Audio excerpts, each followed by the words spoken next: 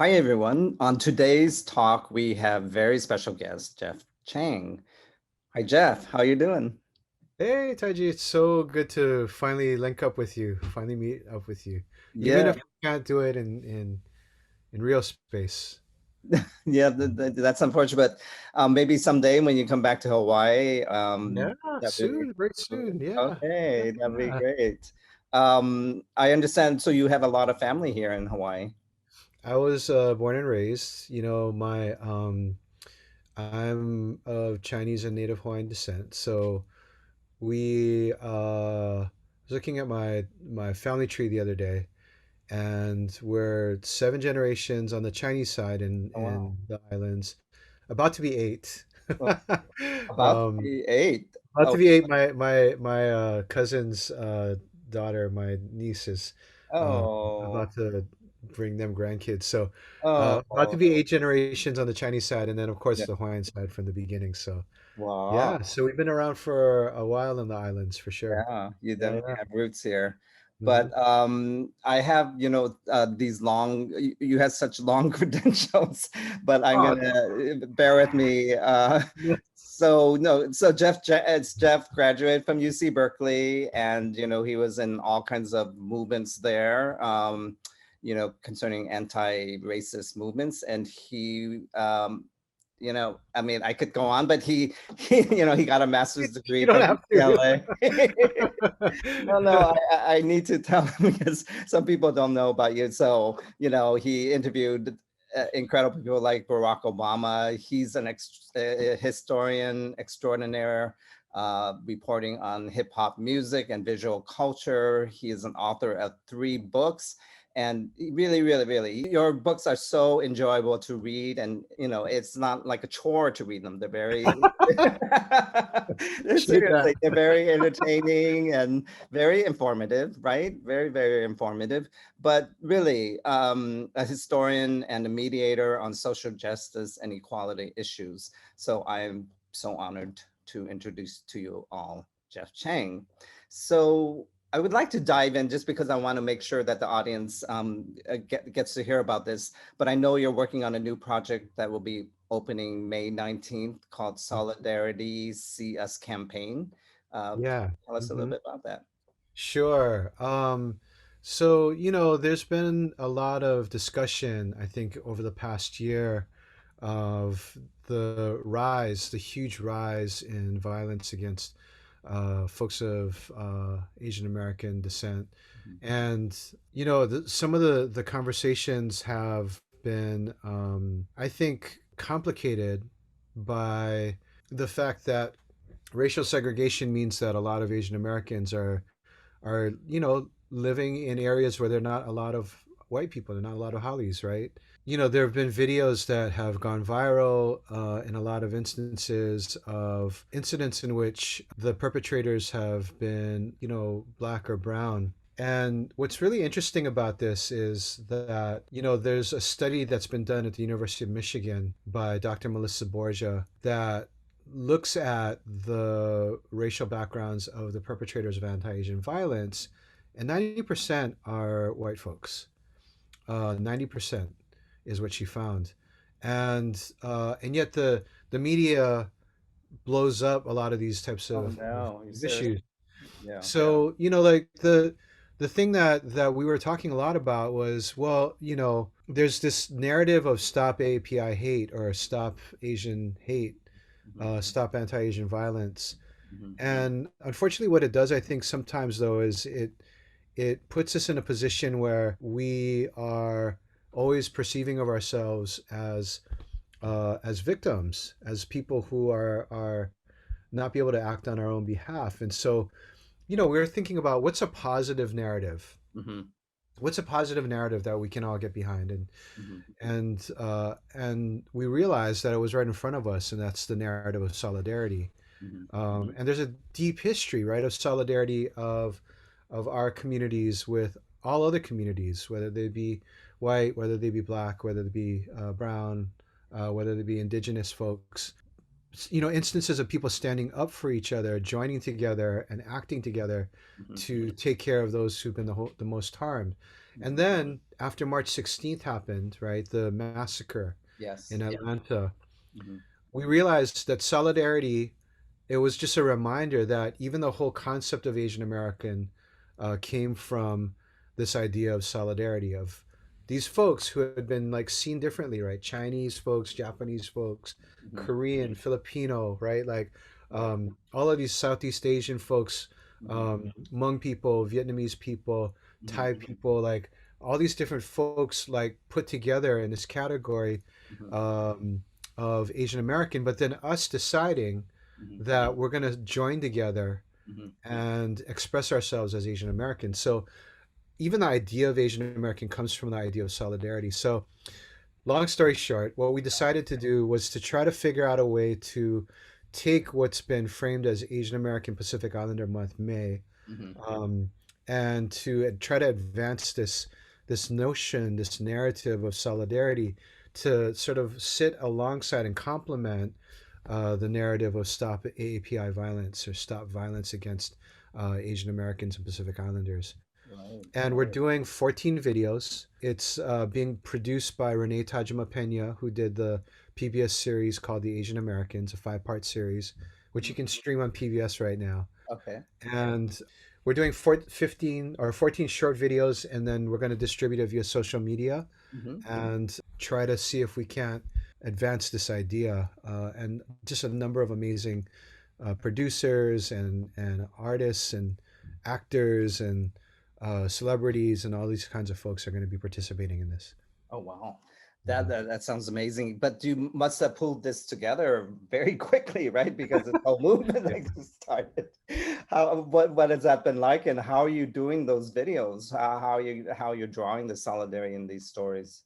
It's crazy. Yeah, I mean, like, I'd say 2 weeks ago, this project didn't really exist. And then suddenly, we started talking about it and people wanted to get behind it, so we've received a lot of support Oh, and it's wow. been pretty amazing. But Renee, and all the folks who are involved in our group, we're called, the May 19th AAPI Solidarity Mhm. Project. And I can talk a little bit more about why May 19th, but Mhm. we kind of selected a set of stories that we think kind of point to solidarity internally and with other communities. Mhm. So we chose May 19th because it's a shared birthday of Malcolm X and Yuri Kochiyama. Right. Right. Malcolm X and Yuri Kochiyama, best of friends, Right. deeply influenced each other Yeah. in their organizing and their activism, Yeah. and they shared a birthday. And so this Oh, is I didn't know a they did that. day, yeah, they shared this birthday of May 19th. So we thought, wow, like what better way to kind of Mhm. like illustrate this than to kind of tell that story and start doing that on May 19th. So we're going to have these 14 videos roll out from May 19th to June 1st, and they'll include stories like the story of Grace Lee Boggs and Jimmy Boggs, and the incredible organizing that they did in Detroit and the long-term influence that they've had now on uh, both the BLM, the Black Lives Matter movement, Mhm. and on the Asian American movement, Mm. um, and a whole bunch of other movements, the environmental justice movement, thinking about sort of the reclaiming of the cities, anti-displacement and anti-gentrification. Mhm. Like they've had so much influence. So Grace and Jimmy Boggs, um, we're doing Bruce Lee. Bruce Lee, of course, like Oh, trained African Americans. uh-huh. Jesse Glover was his very first student, an I African see. American from Uh-huh. Seattle, and Kareem Abdul-Jabbar, of Mhm. course, he trained. We're doing the story of the Delano grape strike, which brought the UFW together, and was formed by Filipino workers and Latinx workers, Chicano Mhm. workers. Mhm. We're telling the story of this amazing young organizer. Their name is Sammy Wills, and they are doing intergenerational solidarity work Mhm. within the LGBTQIA community, Mhm. and really transforming the way that we think of not just identity, right? But also like how to interact and create these intergenerational movements. So we got a bunch of different types of stories. Baird Rustin, Frederick Douglass's support for the Chinese Exclusion Act, like just a bunch of amazing stories that we're going to be able to tell during these 14 days between May 19th and June 1st. And able to pull it together. So And yeah, and then there, so we're working really hard. Like we got, we have a large group of people that are like really, oh really man, deeply involved in it right now, oh man, all across the country. that's wonderful. So it sounds like a lot of crossover stories, though. It's not solely Asian American or Pacific Islanders, but a lot of Yeah, okay. But yeah, for so sure. how are we going to be able to see this? I'm going to tune in for sure. I mean, I'll be posting it on my account, but we're hoping it to be distribute this. Anybody who's interested, actually, all Mhm. you got to do is email me, and I'll be happy to get you all the videos. We just want to have it reach as many people as possible. Okay. So, Okay. um, Oh. so it's an influencer campaign, right? They call it an influencer campaign. Yeah. Really, that just means that like people will share Hmm. these types of materials, and Okay. then it's going to live on this site Hmm. that's being launched actually tomorrow. We're here on May 4th. It's being launched. By the time you see this, it'll be launched. It's called csunite.com, and it's a project of the Asian American Foundation. Hmm. And on that site, you'll be able to go to CS Unite and you'll be able to get information on community organizations across the country. You'll be able to see all of the videos under the Unite tab. Hmm. And then there's going to be ways that you can donate to these organizations. And then there's going to be a place where you can share your stories Oh, wow. um, as Hmm. well. So that site's going up, and we're just really excited to be able to join with all of these folks who are pulling together this amazing stuff. Amazing, amazing. So, you did mention anyone could email you. Are you sure you want this? Yeah, yeah, just Definitely. Well, yeah, that's yeah, very generous of you. So your for sure. email is Ah, uh, you can do it at inquiries at jeffchang.net, okay. and be happy to get this stuff to you for Oh, sure. great, great, great, great. It sounds just what we need. I really love that direction. There's an interesting fact here that I know your cousin Ryan Lee. So Yeah, yeah, we're amazing good friends. artist. We're really Yeah, good friends, and he's been in doing art and music and all those kind of things. So we're connected in that way. He did tell me growing up with you, and he shared a lot of little secrets and things. oh no. Oh no, he knows all the secrets. No, not really. But he had good times at the family gatherings and things. And he did say that you had a passion for music. As a child, he remembers that. Yeah. Were you doing hip hop at that time, or do you remember that time? Yeah, yeah. Um, yeah, no, I loved music. I used to listen to the radio all the time, and I grew up during a period where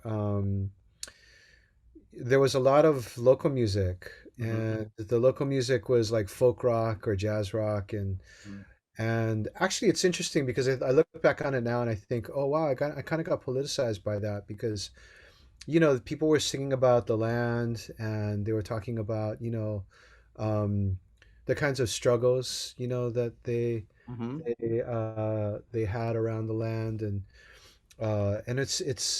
that led me into listening to things like reggae music, like Mhm. um, and connect. I was able to kind of connect, what they were singing, what Bob Marley and Peter Tosh and Bunny Wailer and all them were kind of singing about at that particular era.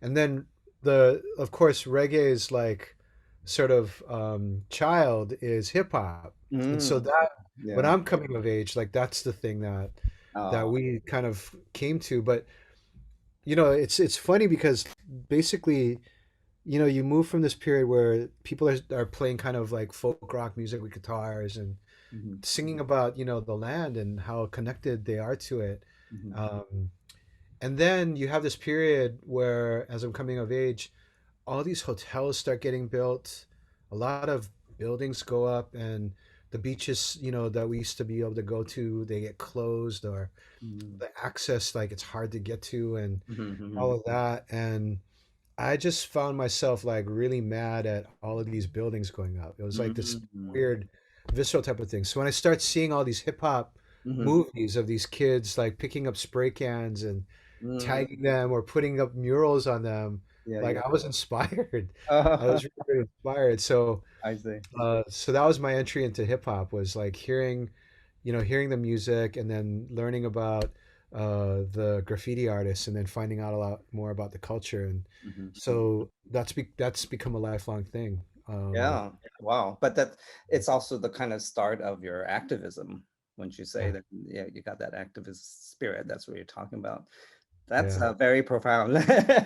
I love that you experienced it here because I did want to talk about your growing up in Hawaii. That I've been here 16 years or so, Mm, and I grew up in a very affluent white neighborhood and things. I just didn't want that really for my children, so I wanted to do different. mm, Um, and yet, I had mixed feelings because my mm. children go to Iolani school. Ah!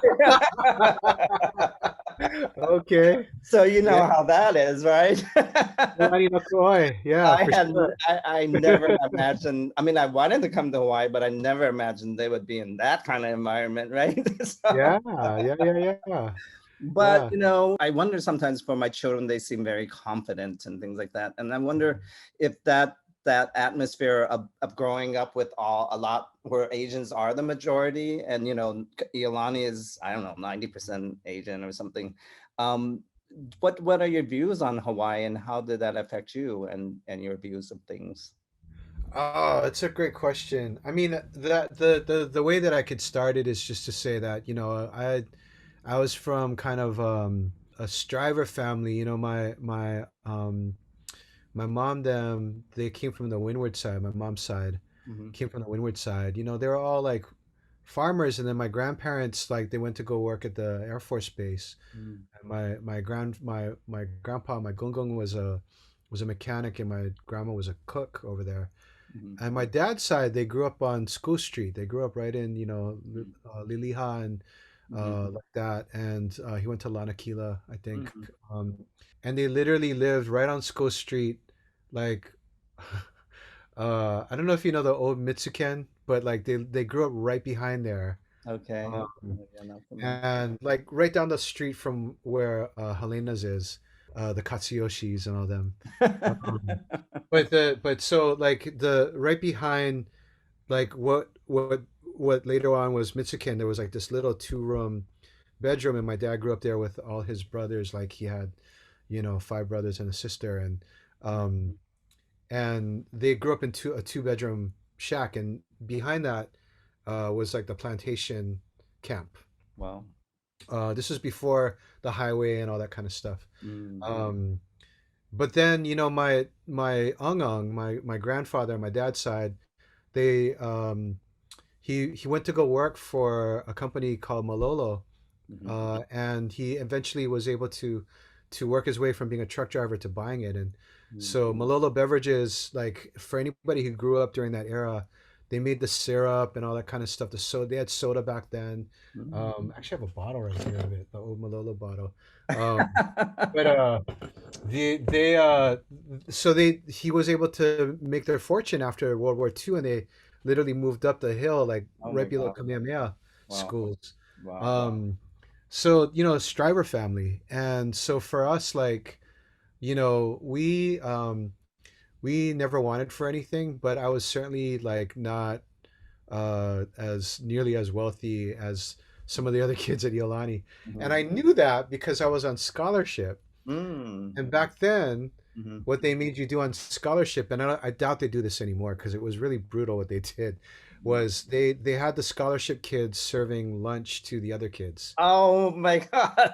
So that's what That's I did. I'd serve, like, terrible. people I come in, hate that. they have their lunch ticket, 65 cents. I can't I go believe and why scoop would out they the do beef that. Oh, stroganoff.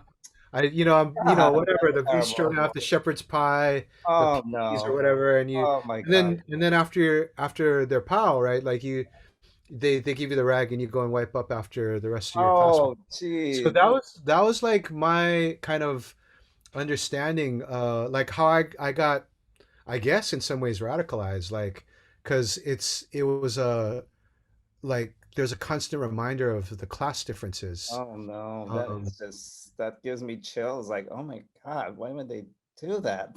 that's what they used to do at Yolani. Ah, right, right, So right, yeah, right. so you know, and I hope they don't do that anymore. I'm pretty sure they don't, Oh, you I know, don't but think so. I would. but God. yeah, so that's how I mean, so Yeah. I'm hearing this music and it's about struggle, and I guess I'm relating to it on a certain Uh-huh. kind of level, you know, and um then when I moved to California to come here to Berkeley, Yeah. and this gets to your point. So I went all around, but you know, talk story style, like you're Yeah. telling all kinds of stories. Yeah. Yeah. So so when I moved to California, I went to Berkeley, and I'm thinking, oh great, this is like a real cool progressive town, whatever. Hmm. Taiji, within the first couple of weeks, like they let me know who I was. You know, Seriously? like, oh yeah, they, you know, whatever, just getting harassed on the street, um, whatever, getting called chink, all kinds of stuff, getting pushed around, getting harassed by different people. Um, Um, got into, some scrapes and stuff right away. really? And the shock of that, I think, Uh-huh. like echoed for a long time, Yeah. uh it was a point where it was a moment, actually I should say this, it was a moment where there was a lot of activism around apartheid. Mm. And what happened at the beginning of the anti-apartheid movement was you saw a lot of white students and activists going out and standing against apartheid, but the movement wasn't really that big until people of color got organized Mm. and drew the connections between racism in South Africa and Mm. racism in the US. Okay. And then it became a mass movement. And so my freshman year, literally I'm going through all of this stuff. I'm like, oh wow, this is like what it means to be like a minority, Mm. right? And learning about that, and then finding out a little bit more about the history of apartheid in South Africa Yeah. and the history um, of how racism plays out in the continental U.S. Yeah. amongst people who look like me, Yeah. um, was my awakening, I guess. But it made me come back to the islands and recognize, that things weren't as good as like Hmm. maybe like sometimes we would make it out to be, Hmm. For and sure. For sure. and I really feel that now, for instance, in the way in which, like, thinking about how my nieces, my nephews, and all those folks, like a lot of them have learned Hawaiian, Mm. and I was part of like the last generation where Hawaiian was like really frowned upon. Mm. And it was during my generation that you started seeing the Punana schools opening up, and like the foundation for like this huge dispersal now of Hawaiian immersion programs and Hawaiian language programs. So Yeah. like now for me in middle age, I can go back and I can take Hawaiian, and we didn't have that as much, when I was growing up, and Mm. it was looked down upon. Right. And so the amount of change that's happened now, in just the last, I think, whatever, 25, 30 years, um, 50 years maybe, going all the way back to the beginnings of this period of the Hawaiian Renaissance. It's really powerful, and the need to have that, of course, because of the way that everything Hawaiian was suppressed during most of the 20th century. So yeah, so it's really interesting now to kind of be in this moment and Hmm. Hmm. seeing what's happening here on the continent, and Mm. seeing what's happening in the islands as well, Right. Right. and feeling really proud about like what it is and the way it is that my nieces and nephews are coming up.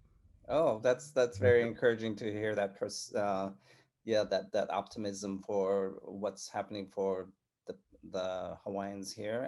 I yes, I'm aware of it, and definitely in the schools, that my children go to, and different things, and involved in the arts here.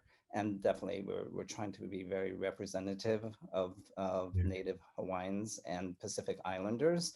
But Mhm. still, if you really realistically look at Hawaii, there's still these different fractions of Mhm. Asian. And so Mhm. we're not by far, believe me, we're not perfect. We have a long ways to go. There's so many groups here, the Micronesians that, oh man, they're just like, they're the ones that I don't want to swear, but they're the ones that really, take the brunt of it. And, and then, so, I mean, I could go into the other, areas, but definitely we have ways to go for sure, even Mhm. amongst the Asians. So Yeah. that's something we're trying to learn. Mhm. So, but it's interesting that when you went to Berkeley, then you saw the kind of you got to taste the violence against Asians. And so maybe you're not surprised what's happening these days. Yeah, I mean, when Donald Trump started talking about the Chinese virus, Yeah. we got really scared, Yeah. because it was like even those of us who aren't necessarily like me, card carrying like Asian American studies, graduate from UCLA and all that kind of stuff. Hmm. We just knew it was going to happen, and it did. I mean, I think about those, especially like those first months before quarantine, Hmm. um, and especially Taiji, like the women in my family, you know what I mean, and the way that they're treated, like in hospitals, on the street, in the supermarkets, like just like brutal, and then like of course everybody, I think anybody who, is Asian American, like has either experienced or has gone through something like during the pandemic where they've been, you know, all along the spectrum from like getting shouted at or, whatever to much, much worse, And I think if it hasn't happened directly to you, then it's happened to somebody in your immediate circle. Hmm. Um, and so, there's the reports basically are that there were 4,000 incidents basically between, March of last year and March of this year. Hmm. Um, and that's just the self-reported incidents. Hmm. Hmm. Right. If I went, and talked to folks around here in my community, I could probably come up with 4,000 incidents myself. Jeez. It's just there's so much that's happened, and I think it's a moment. I think it's a moment where a lot of folks are searching themselves and really kind of coming to grips with what it means. I think it's in some ways maybe a historic turning point, Mm. for many folks to feel like, wow, we really need to be representative. We need to be able to have our voices heard. Hmm. Um, we need to be able to make our demands known, Hmm. and at the same time, we have to think about where we are situated in the racial hierarchy because we're always placed in between. Hmm. Hmm. And if that means that we are sitting in between, then we have to be able to make a choice and Hmm. where we're going to go with that. So I think that that's what people have come to, Hmm. um, and I'm hopeful. I'm hopeful for the moment that folks will make the right choice and choose to side with folks who are being harmed as opposed to folks who are doing the harming and bullying other folks for who they are. Yeah. Yeah. No. Yeah. I read your book and you talk about the in between and finding the voice, and but the danger is that you're kind of sitting on the fence. I think those were your words, and what are you going to do? And so exactly what you're saying. Maybe this is the turning point that we really take a stance.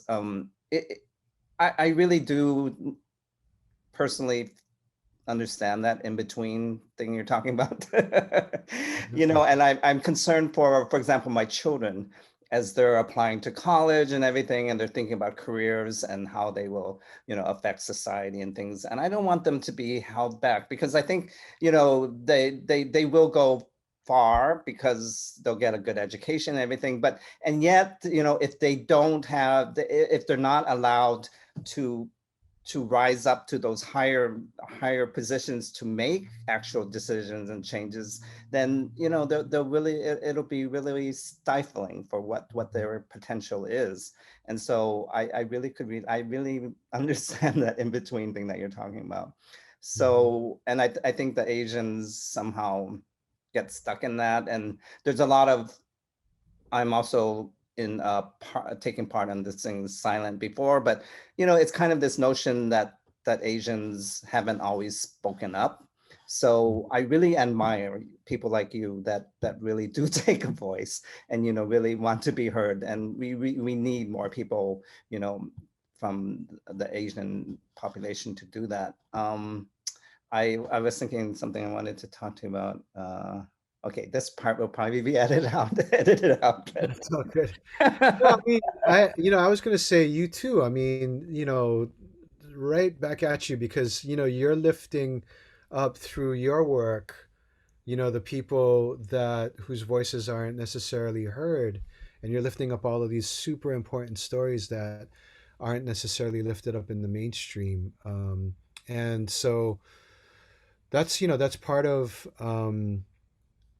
I think, I'll put it this way. I think the community is moving in your direction. Uh-huh. What I mean? I feel like the community is moving to a place where it's like you've lifted up all of these people who have like shouted down oppression and shouted down um, you know people who are wielding their power to cut off opportunities and access for people. Mhm, And you're lifting up the people who are resisting and also offering the world a better mhm, vision for where we can go. mhm, And I think that, through all of this strife, through all of the tragedy that's happened mhm. over the past year, and even before that, of course, too, but certainly now, um, it, you know, people are looking to folks like you, Taiji, to be able to say, here's something that will offer a way out, Oh right? man, Here's thank you. of the kind of situation that we're in, and I think that we're in an experiment here, right? Like there's probably never been um, a society that's been as multiracial as this. Everything is kind of moving in the direction of Mhm, Hawaii, right? mhm, And so trying to figure it out, like it's never happened before, really. mm, And trying to figure it out and make it right, make it mm, pono right, is like sort of the grand experiment that we're all engaged in. mm, mhm, And so for Asian Americans now to be able to say, I have to come down off the fence because this is life or death mhm, for us. mhm. Um, that's a powerful type of thing. That's a really, really powerful type of thing. And so, to be able to have you out there like pointing forward the way. Oh, Jeff, you're being too kind. Thank you very much. I appreciate it. I do want to touch on the issue of art because Mhm, um, in your book, Who We Be, you talk about the visual culture mhm, and the fight against invisibility and color blindness and things like that. But I'm wondering, I didn't notice too much about you're talking about the Asian American artists. So I'm, right now concerned, like, how come there's not better representation of the Asian American? And so, like, I'm on a board, the Smithsonian board, to try to get more visibility for that. And but I'm mhm. wondering about your opinion about, just that Asian Yeah, I American. mean the book, there's stories of folks like Byron Kim is in the book, and Mhm, talking a lot about the New York City Asian American artists and that kind of thing. The book wasn't necessarily meant to be like a comprehensive type of mhm, history. Like I feel like Sharon Mazoda and other folks have been documenting that. Margot Machida has been Oh, documenting yeah, that. Like I do know a her. lot Yeah. of right, you know, a lot of folks have been Hmm. documenting that. Though that particular book wasn't meant to necessarily be that. Hmm. I Yeah. drew a lot from them Hmm. as I was putting it together. Young Soon Min was in there. There's a bunch of other art. There's a bunch of other artists that are in there. But the thing that has been under documented and underlooked is certainly like the Asian American artist scene, Hmm. and the histories of that, right? And the Gordon Chang, had helped to curate and pull together this amazing exhibition of Asian American art before 1970. Hmm. Um, and that was mind blowing to me, Mm. because Hmm. being able to say, oh, wow, like even before the term Asian American, there Hmm. were all of these artists Hmm. and they made such incredible, beautiful work. Hmm. Um, and and so little of that is actually taught. I got to go to the exhibition and I was just blown away. It totally, turned me around, Oh, good. because, of course, living in Hawaii and that kind of thing, Yeah. you know this kind of stuff if you're in the art scene and Hmm. that kind of thing. But wow, like being able to kind of write that history and Hmm. pull that together, that's so important, I think, because in this generation, especially, there's more artists than there ever were before, probably. Hmm. Um, and you see a lot of young people, they go to school and their parents like mine wanted me to be a lawyer, Hmm. or a doctor, or that kind of thing, and Hmm. they get off track and they become comedians, or they become actors, or they become artists, and Right. that kind of thing, instead of like physicists or whatever, Hmm. scientists. um, and they always feel like they're working in a vacuum. Hmm. Hmm. But there's this deep, rich, beautiful history to kind of be brought up. And so I'm happy that you're working on that. I'm really, really happy that you're working on that. And I think that as like we're able to kind of tell our stories, Hmm. um, more publicly and that kind of thing, like that'll come out. One of the things I was reflecting on is, um, because of Black Lives Matter, Hmm. because of the movement, s- people know, the average American knows so much more about Black history than they did 5 years ago. Mm.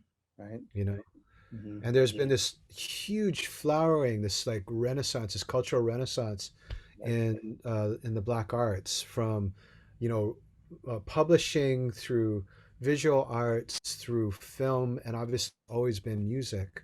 Hmm. Um, And I see the same thing kind of happening now amongst Asian Americans, like the poets, the novelists, the writers, the artists, the actors, the filmmakers. They're starting to get a lot more light, and that lifts us up, right? So it's the type of thing where one of these days you won't need to have a project like the Solidarity Project, because it'll be known like what the Delano Grape Strike was about, right? It'll be known who Yuri Kochiyama was and Grace Lee Boggs was. Um, but that's sort of all the stuff that we're trying to build right now. Hmm. Hmm. And it just strikes me that this could be the moment where artists are able to kind of lift everybody's levels up, Mm. and to be able to kind of really represent and make visible all the things that we've been doing for all of these centuries. Jeff, I feel like you really know your purpose in life and what you want to accomplish and the things you want to see. And, I love it that you don't, only work on Asian American things, but you're much more encompassing of the whole of all the movements and things, and important historian to tell us the stories. So I really appreciate that. And I want to mention that you have a new edition for Can't Stop, Won't Stop. Is that correct? Yeah, it's for younger folks. We were just really proud that the book, has had this kind of a life, and that we're able to kind of introduce it to a new generation. And so it's made me think, and it's made my writing partner Davey D Hmm. think a lot about, like, what do we pass on? What do we um, what do we hold and what do we pass on? Mm. And a lot of us, we're at the age where we're seeing a lot of friends, gone, and so it's really important for us to kind of be able to make sure that we're doing our part. We're taking our Mm. kuleana, Yeah, right, right. and taking care Mhm. of it. Oh, Mhm. that's great. So you're continuing the history. So I just kind of curious, do you listen to the younger rap groups and things? I have arguments with my kids all the time, like, oh, the kids, you guys, man, these rappers are just na na na na na na na na na. And they're like, yeah, well, yours are like, "Da, da, da, da, da, da, da, da, da, da, da." And so we're just like, like we have those arguments all the time, but Oh, that's it's funny. fun because, like for me, like music was the kind of thing where it was like I could turn up my music really loud and really piss off my parents, but Mhm. these days if they turn the music up, loud, I'll be like, turn it up louder, and so it's kind of cool. Like we're able to Oh, bond. We argue all the time, but it's in good fun. They really like the stuff oh, that I came up with, and they turned me on to a lot of stuff that I never knew that I would have liked. oh, So it's a beautiful gosh. thing. Yeah, Yeah. wow. That speaks volumes that you're, yeah, investing in your kids and everything in that. How many kids do you have? Curious. I have two sons. Oh, that's Yeah. great. That's They're great. they're they're in their 20s now. So Oh, uh, yeah, totally. they're They're they're not old. not they're not that young anymore. They know they're very skilled in torturing me. So they know how to really press all my buttons, and Oh, they that's do funny. I it. assume they were teenagers, but okay. No, no, no, no. Yeah. But Jeff, it's been a pleasure. It Ah, thank you really so much. been meaningful. It Oh, really is a meaningful time to talk to you, and I hope that yeah, people keep following you and they tune into things that are you doing, and yeah, geez, ah, continue what you're thank doing. I you. know you will, but thank you. Oh no, mahalo nui. I'm really looking forward to the chance to be back on the islands Ah, and yeah, share some plate lunches with you or something. yeah, yeah. Please, let's do it. Yeah, that'd be so fun. Okay, but on that note, thank you again and take care and we'll talk soon. Yes, indeed. Okay. Aloha. Okay, aloha.